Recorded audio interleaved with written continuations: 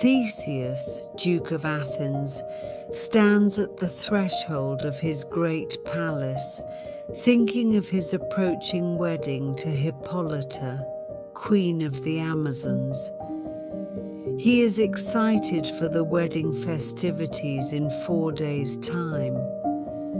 Hippolyta herself seems calm but eager, recalling how, not long ago, Theseus defeated her people in battle.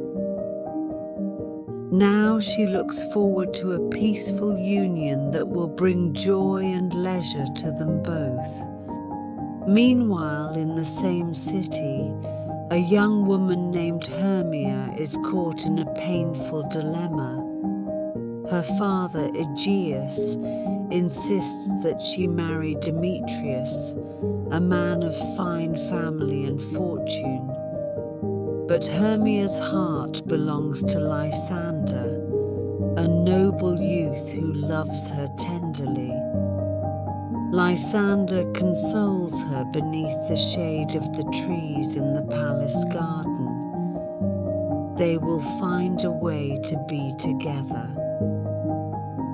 Yet when Aegeus brings his complaint before Duke Theseus, insisting that Hermia marry Demetrius or face death or life in a convent, the Duke reminds Hermia of Athenian law. She has until the upcoming full moon, only 4 days, to choose Demetrius or face punishment. Torn between loyalty to her father and love for Lysander, Hermia dares to fight fate itself. On a nearby hill, Helena, Hermia's lifelong friend, paces anxiously. Helena is hopelessly in love with Demetrius, though he spurns her and pursues Hermia instead. When Demetrius strides past, ignoring Helena's pleas and harshly telling her not to follow, Helena's heart crunches like dry leaves. Determined that she will not lose him entirely, she decides to betray Hermia's secret plan, to run away into the forest with Lysander at the rise of the moon. If she can't have Demetrius herself, she will at least gain his favor by revealing Hermia's intentions. So late that night, while the rest of the city sleeps, Helena creaks open the palace gates and slips inside, rushing to warn Demetrius. At the same time, Hermia and Lysander steal through the moonlit streets. They whisper vows beneath a blooming arbor, imagining lives together far from Athenian law. Finally, Lysander urges Hermia onward toward the forest. He knows a place where Demetrius will not find them, beyond the ancient trees where the fairies hold sway. Entrusting themselves to risk, they depart, leaving the city's lamps flickering in their wake. Suddenly, Demetrius bursts into view, glancing left and right as though Hermia might spring from the shadows. He carries his sword for protection, though his heart races more from wounded pride than fear. When Hermia does not answer his calls, Demetrius turns to Helena, who awaits him in the moonlight. "Stay," he says curtly, "or I shall harm you." Helena laughs at him, twisting her hair as if it is all a game. Despite his threats, she follows, hoping even scraps of his affection will be enough to sustain her. Deep in the forest, unseen by mortals, is a magical realm where fairies wander in moonlight and dew. Oberon, king of the fairies, stands beside a silver spring, observing his queen Titania. They are embroiled in a bitter quarrel. Oberon wants a gaggle of Indian changeling children given to him so he may rear them as his attendants, but Titania refuses, desiring to raise the children herself. Their argument has rent the air. Summer itself resists their discord. Crops sigh for reconciliation. Rivers urge calm. Oberon, determined to claim what he believes rightfully belongs to him, calls upon his mischievous servant, Puck, also called Robin Goodfellow. "Fetch me that flower," Oberon commands, "the one whose juice, when placed upon the lids of sleeping eyes, makes swift love's fire burn in the eyeballs." Puck bows and vanishes into the night. Nearby, Titania half sleeps on a mossy bed, encircled by fairies who serve her. They hover like glowing blossoms. They sew her a throne of summer flowers so she might rest until the next moon. Titania murmurs angry dreams of Oberon's betrayal, and the forest seems to echo with her discontent. In an open glade where moonbeams dance through green leaves, Puck finds the magical flower, once called Love in Idleness, a blossom struck by Cupid's arrow, its petals imbued with enchantment. Puck plucks it, marveling at its puny violet glow. He hears Oberon behind him. "Puck, take this and watch. When next you see a sleeping virgin, place the juice upon her eyes. She shall wake enamoured of the next creature she beholdeth." Puck tucks the flower into his belt and hurries back to Oberon, who is eager to test the potion. Oberon and Puck laugh at the follies of mortal love, anticipating the chaos they can sow beneath the oaks. Meanwhile, Lysander and Hermia, weary from their journey, pause to rest beneath an oak. Lysander plans to lie down beside Hermia, yet strangely, as the moonlight filters, he exhales softly and falls into slumber. Perhaps it is the forest's enchantment working even before Oberon commands it. Hermia, too anxious to rest, moves a short distance away, gripping Lysander's hand until she drifts off. Next, Demetrius and Helena enter the same glade. Demetrius's frustration mounts as Helena persists like a stubborn blossom springing up from cold ground. He thrusts her away harshly. Helena cries out in startled fear and collapses on the grass. Demetrius, seeing she does not follow, stops and considers. Perhaps she is faint. He strides closer, but Helena springs to her feet and clutches his hand again. In that moment, both of them trip and tumble onto the soft turf. They lie unconscious, reaching out as if to each other in a broken dream. Guided by Oberon's instructions, Puck arrives at the oak where Lysander sleeps.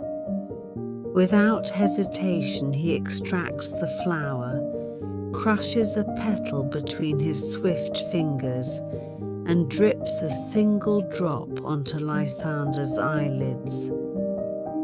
Then he sets off, searching for Demetrius. He finds a figure beside a thorny thicket and mistakes him for Lysander, perhaps because Demetrius wears similar clothes that night. Stepping forward, Puck applies the same potion to Demetrius's eyes. Two mortals now sleep under the flower's power. In a secret corner of the forest, Titania stirs, lulled by the night's humidity and an enchantment cast by Oberon. He admired her from afar and sought this moment. At his signal, Puck waves the flower above Titania's head, dropping two tiny drops onto her eyelashes. She sighs and slides into deep slumber. When day breaks, Theseus and Hippolyta enter the forest, hunting hounds barking behind them. They enjoy a brief respite from court intrigue before the wedding. Theseus's attention drifts as he notices Lysander and Hermia lying close together, apparently asleep under the trees. He orders his huntsman to wake them, curious about their story. Hermia stirs. Lysander wakes with a soft moan, but their mouths remain closed as though they cannot speak. Theseus laughs and assumes they are in some forbidden tryst, yet he sees no weapon in Lysander's hand. Hippolyta, compassionate, asks why they fled. When they're finally roused, Lysander, dazed, begins to explain. Aegeus forced him and Hermia to flee Athens, yet Demetrius pursued them. He said something about beating Helena if she followed, and then he and Helena fell asleep here. Hermia swears she heard Demetrius curse his own name before collapsing. Theseus declares that they shall join him at the palace. He will judge the case as soon as they return. The lovers, half awake, go with Theseus. Helena, meanwhile, unveils that she pursued Demetrius because she cannot live without him. Demetrius should kill her if he has no good word to offer. This self-inflicted suffering makes Theseus frown, but they all proceed back to the city. In the palace, Aegeus complains that Hermia still stubbornly refuses Demetrius. Theseus, impatient with father and daughter, decrees that since Hermia disobeyed and Lysander aided her, they shall be married by the next day, along with Hippolyta and himself. Further, to punish them, he sentences them all to public shame. Theseus will set a mask, an extravagant play, performed by Athenian artisans.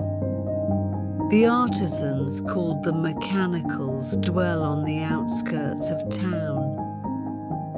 They meet one evening in a tavern to plan a performance of Pyramus and Thisbe, a tragic tale of young lovers separated by a wall and finally dying each at the other's hand. Peter Quince, a carpenter, stands before them. "Masters, we will rehearse tomorrow night." Among them is Nick Bottom, a weaver, boastful and loud, who wants to play every role.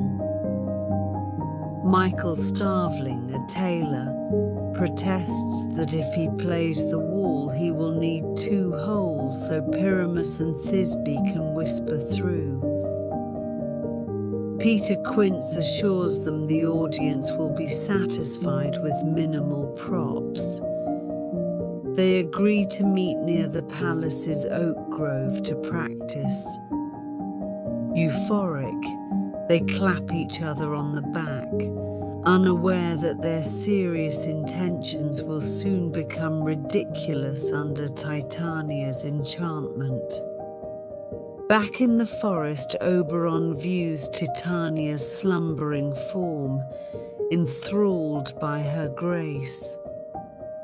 He tenderly touches her brow, sighing with love, yet steeling himself to take the changeling child from her. As he lifts the little boy, Titania murmurs and stirs, reaching out for her lost treasure. At once she wakes, blinking at the forest's gloom. Her memory is clouded. She scans the woods and sees Oberon. A blush tinges her cheeks, and tears pool in her eyes. "My Oberon," she cries. "What visions have I had?" She reaches to embrace him, though he steps back, feigning anger. Titania begs forgiveness and gives back the boy, her voice a mournful song. Oberon, triumphant, reaches for the changeling. "Thank you, gentle mortal," he says to Titania, stroking her hair. "But first I must fix a mischief of mine own." He orders Puck to fetch the 4 sleeping Athenian lovers. Titania, now wooed back to Oberon's side by the unloved potion, follows as he leaves to attend to Lysander and Demetrius. Soon, Oberon returns to the spot where Lysander slumbers. Puck stands nearby. Oberon whispers that he has chosen to relieve Demetrius of love for Hermia and grant him love for Helena instead. "See how she leans her cheek upon her hand," Oberon says. "Take thou some of this flower and drop it in her eyes. The next thing she espies, she shall fall in love with it." Puck obeys, taking the enchanted blossom, while Oberon instructs him to do likewise for Demetrius. Puck steers his attention wrongly. He finds Lysander's bare chest and pours the juice on Lysander's eyes. The plan is botched. Lysander will wake to love Helena, while Demetrius still sleeps. Now Demetrius awakes. He eyes Lysander and Hermia, but sees only Lysander stirring. He frowns with confusion. Helena stands nearby, hoping for any look from him. When Lysander sits up, he scans his surroundings, not seeing Hermia at first. Instead, his gaze falls upon Helena. His eyes widen in astonishment. She lies alone on the grass, untouched by any lover. The potion works at once. Lysander leaps from the ground. "Helen! Beauty! Oh, my love!" he cries. He chases her. Helena, terrified, flees. Lysander follows, babbling, "Oh, how blessed am I to be loved by the idol of my heart." He pursues her into the dark glade. Meanwhile, Demetrius, now also awake, sees Helena and rushes to her side. "Come, my lady," he says, "reach me your hand." Helena recoils, thinking he seeks to harm her once more, and races away. Demetrius chases, shouting, "Stay, spiteful hind! I have wooed thee with my sword." Fuming, he presses on. In the heart of the wood, Hermia awakens to find Lysander gone. She calls his name until her voice cracks and echoes vanish among the dark trees. She rises, searching, when suddenly Demetrius appears. She runs toward him, supposing he has found Lysander and comes to help her. But Demetrius, believing Hermia is someone else, strikes her with his fist. She cries out in pain and stumbles away from him. She swoons and collapses. Demetrius, startled by his own blow, leans over her and says, "Cruel and senseless hands. I said I would but lend thee help, yet here I maim my best friend's love." He regrets his fury and retreats, worried he has killed her by mistake. Lysander and Demetrius, each mad with love, now chase Helena and Hermia through thickets of briar and bramble, calling each other villain. Meanwhile, Titania, roused by Oberon's song, calls for her fairy servants and instructs them to guide the lovesick pair to safety. She prepares a brew for them, milk, wild thyme and buttercups, to soothe their wounds. As dawn creeps through the treetops, Oberon surveys the tumult. He laughs and commands Puck, "Bind their arms together so they sleep entangled. When day breaks, they will awaken reconciled." Puck seizes Lysander and Demetrius in a magical net woven of vines, ties them limb to limb, and drags them next to the sleeping Hermia and Helena. Titania watches from above, her heart softened toward Oberon's prank. Now comes the dawn, rosy-fingered and gentle. The forest seems to hold its breath.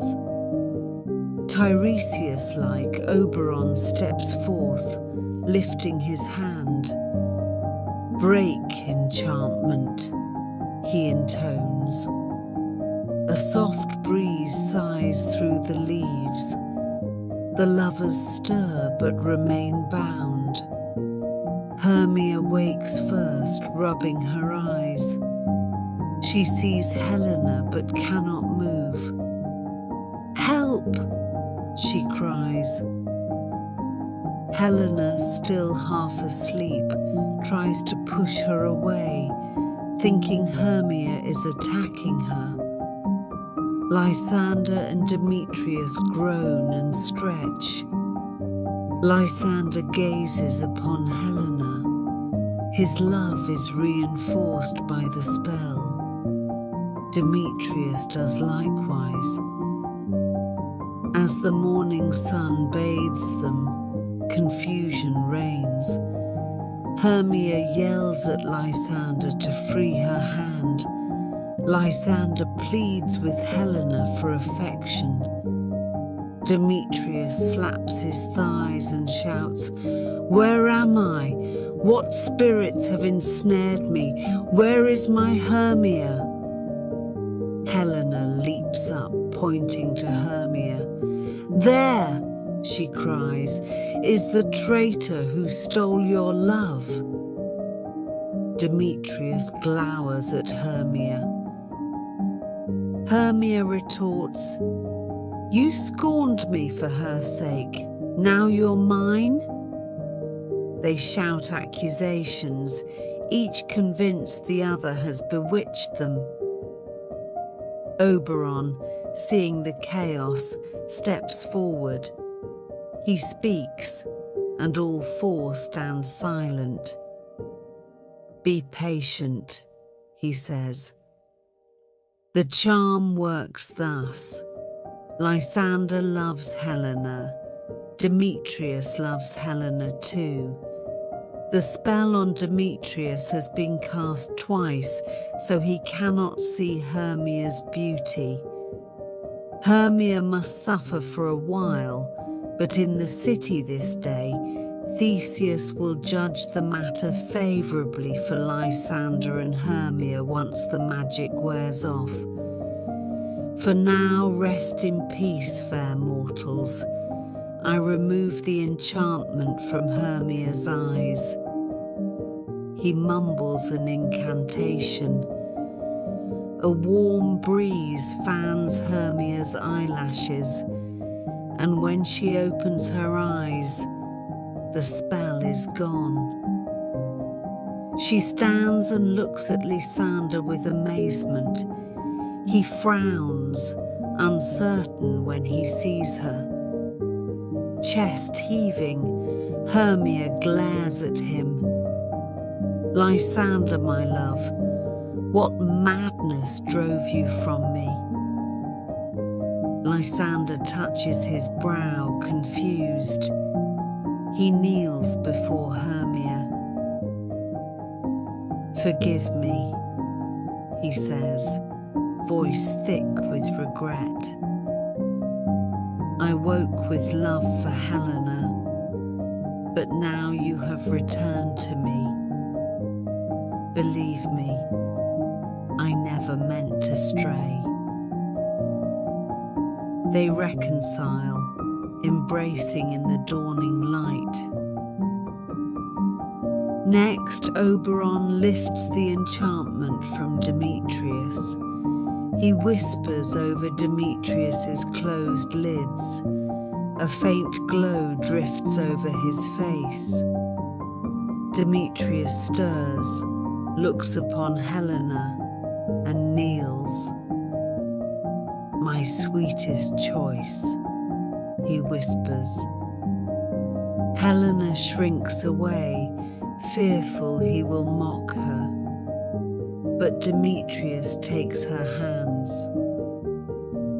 "Helen," he says, "I swear I have dreamed a mighty dream, that once I loved another, but waking found the dream was false." Helena, still trembling, looks to Hermia. Hermia nods faintly, and Helena allows Demetrius to lift her in his arms. They walk together, hand in hand, as though two statues of love come to life. Now the four lovers, freed of spells, gather at Oberon's bidding. Hands joined, they swear friendship. Demetrius will woo Helena, and Lysander and Hermia will wed as planned. Oberon blesses them. May your vows endure longer than the summer wood. Then he plucks a blossom from Titania's flower and gives it to each pair, that they might share dreams of pleasure. With laughter echoing through the boughs, Oberon and Titania rejoin hands. She examines the changeling child and agrees to let him remain with his mortal kin, trusting Oberon's promise that he shall know no lack of love. Finally, Oberon commands Puck to restore the forest to its silent peace. The scene shifts. Theseus, Hippolyta, Aegeus, and the two consenting couples enter the glade. Wondrously, no trace remains of the previous night's enchantment, save the lovers, who groan as if waking from a dream. Theseus smiles upon them, oblivious to fairy magic. He declares, "Let us to Athens, to prepare the wedding feast and joys." He invites them to join him, but Lysander and Hermia pause, exchanging a private smile, recalling how they loved one another under the moon's spell. A love that arose from enchantment but carried them into true devotion. Demetrius and Helena follow with lighter hearts. Finally, Theseus turns to Hippolyta. "Come, my love, our nuptials approach." They exit together, leaving the glade to its newfound tranquility. Back at the palace, excitement builds. The mechanicals gather by the palace gate, jittery with nerves and giggles. Peter Quince, in a plain scholar's robe, beckons them to assemble. They debate costuming. Should Pyramus wear a red tunic or a purple? Nick Bottom insists on wearing every costume available, turning the rehearsal into a farce. Starveling frets about his wall costume. How will he kneel behind wooden planks?